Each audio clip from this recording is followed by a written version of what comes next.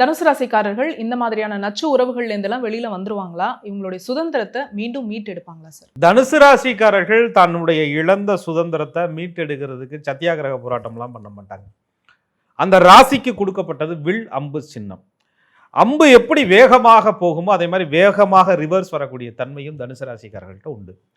இந்த தனுசு ராசிக்காரர்கள் ஒரு விஷயத்தை ஆழமா அவங்க மனசுக்குள்ள புரிஞ்சுக்கிட்டா மட்டும்தான் இந்த நச்சு உறவில் இருந்து அவங்க வெளியில வர முடியும். அந்த ஆழமாக புரிந்து கொள்வதற்கு ராசி பாதிக்கப்படாம இருக்கணும். தனுசில் இருக்கக்கூடிய சந்திரன் மேல பாவ கிரகங்களுடைய தொடர்பு இல்லாமல் இருக்கணும். சந்திரன் என்ற ஸ்தானாதிபதி குரு பகவான் பாதிக்கப்படாம நிற்கணும். தனுசுல சந்திரன் நிற்கக்கூடிய நட்சத்திராதிபதி பாதிக்கப்படாம இருக்கணும். அதற்குரிய வழிபாடுகளை தான தர்மங்களை முறையா தனுசு ராசிக்காரர்கள் செய்யும் பொழுதுதான் நச்சு உறவில் இருந்து அவங்க வெளியில வருவதற்கான வாய்ப்புகளை அவங்க உருவாக்கிக்க முடியும். ஏன்னா தனுசு வேகமாக பாயக்கூடிய ஒரு அம்பு எந்த அளவிற்கு வேகமாக பாய்ந்து எந்த அளவிற்கு வேகமாக ரிவர்ஸ் வர முடியுமோ அந்த அளவிற்கு வெளியில வருவதற்கு கிரகங்கள் தான் அவர்களுக்கு துணை புரியணும். தெய்வம் தான் கூட நிற்கணும்.